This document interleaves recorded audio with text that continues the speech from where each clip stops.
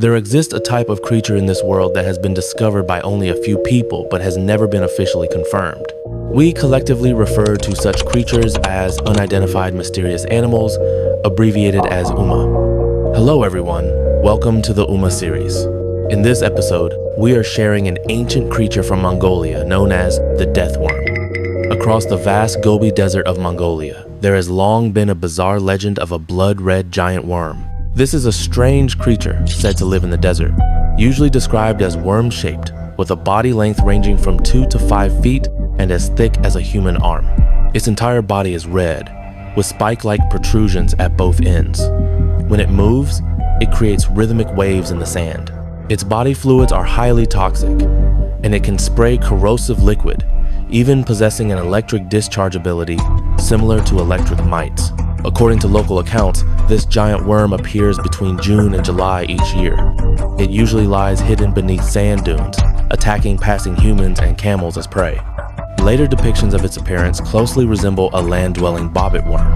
The earliest recorded sightings of this creature can no longer be traced, but the local nomadic tribes in Mongolia firmly believe in its existence, and it is said that many people have seen it with their own eyes. In 1926, the book On the Trail of Ancient Man, compiled by American naturalist Roy Chapman Andrews, first mentioned this creature. In the book, he described attending a gathering with local officials in Mongolia.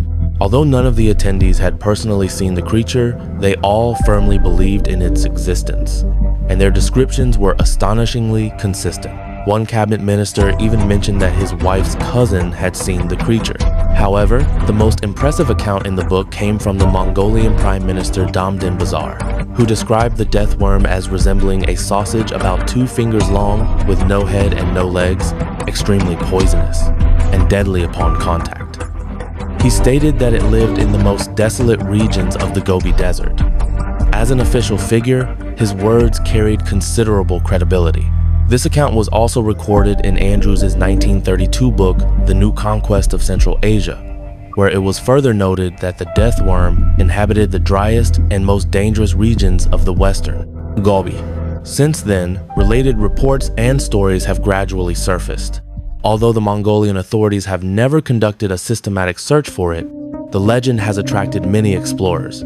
Czech explorer Ivan Makrely led expeditions into the Gobi Desert in 1990 and 1992 in search of the death worm. He attempted to force the creature out using high explosives, but both attempts failed. According to him, the local Mongolians seemed unwilling to discuss the creature.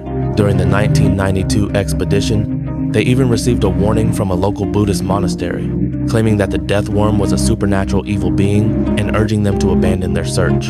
Soon after, Mackerel had a nightmare about the creature and woke up to find his back covered in inflamed sores. This event was later documented in the 1993 documentary The Mystery of the Monster, which was broadcast on Czech television. Those interested can look it up. In 2004, unwilling to give up, he returned to Mongolia once again.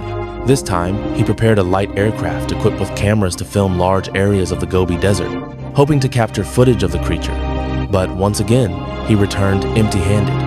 By coincidence, in May 2005, an expedition team organized by the British Fortean Zoology Centre conducted a month-long large-scale search in the Gobi Desert. The team was led by the renowned cryptozoologist Richard Freeman. Accompanied by local Mongolian guides, they attempted to flood sections of the desert by diverting streams in hopes of forcing the death worm out of its burrows, but the results were not ideal. According to Freeman's theory, the so-called death worm is not actually a worm, as multicellular invertebrates depend heavily on moisture. Based on his records, most local people who claimed to have seen or encountered the creature were recounting stories passed down from acquaintances or relatives. Therefore, the death worm is likely a type of reptile whose features have been exaggerated by fear. In the following years, 2006 and 2009, the American paranormal reality show Destination Truth and New Zealand journalist David Ferrier also conducted investigations into the death worm, but once again, no evidence was found. A series of failed searches has led people to question whether the Mongolian death worm truly exists. Viewers familiar with this channel may notice that this episode does not include detailed eyewitness accounts. This is because, during research, it became clear that, as Professor Freeman stated, almost all descriptions are vague, often secondhand stories or explanations for missing persons. The only relatively concrete account comes from a 1983 interview conducted by Russian zoologist Konstantinovich Gololev in Dalanzadgad, Mongolia. During the interview with a 75-year-old local resident, a 9-year-old boy suddenly claimed to have found a death worm. Gololev rushed outside only to discover that the creature was actually a sand boa preying on a marten. This brownish-red snake has a uniform pattern, making it difficult to distinguish its head from its tail. Adult female sand boas can grow up to 4 feet long and are generally docile, rarely attacking humans.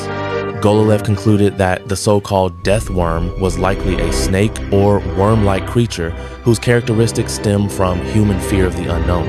Cryptozoologist Carl Schuker suggested that the death worm could be a sand boa or a large amphisbaenian, also known as a legless lizard.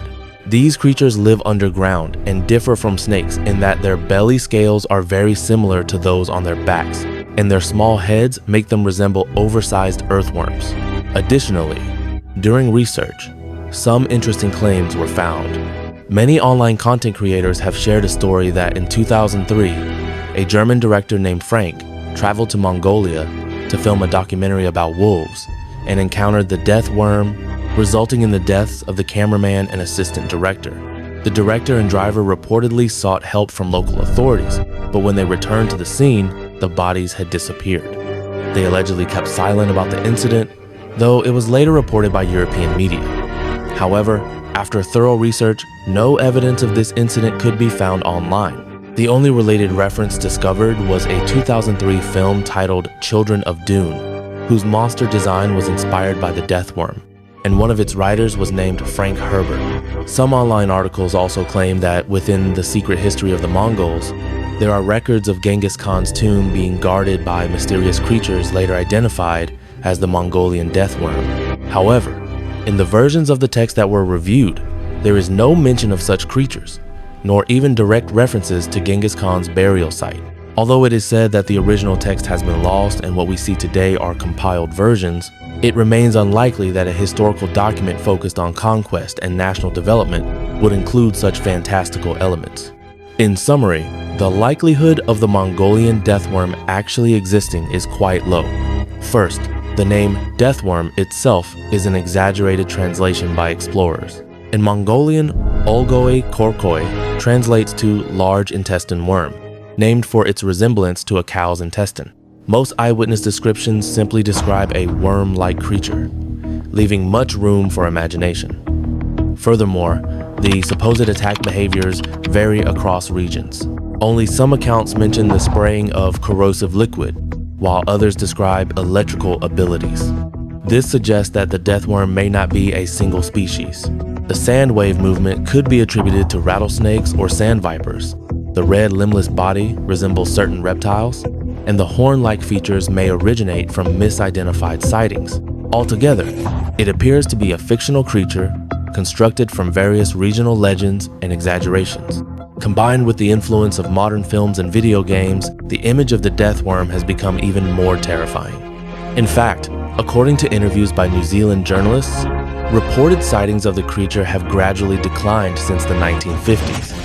And in recent years, there have been no new confirmed sightings. Of course, it is still possible that such a mysterious creature once existed and became extinct over time. After all, the unknown will always be greater than the known, and that is the true charm of Uma. That's all for this episode. Thank you for watching. If you enjoyed this video, don't forget to like, subscribe, and leave a comment to share your thoughts.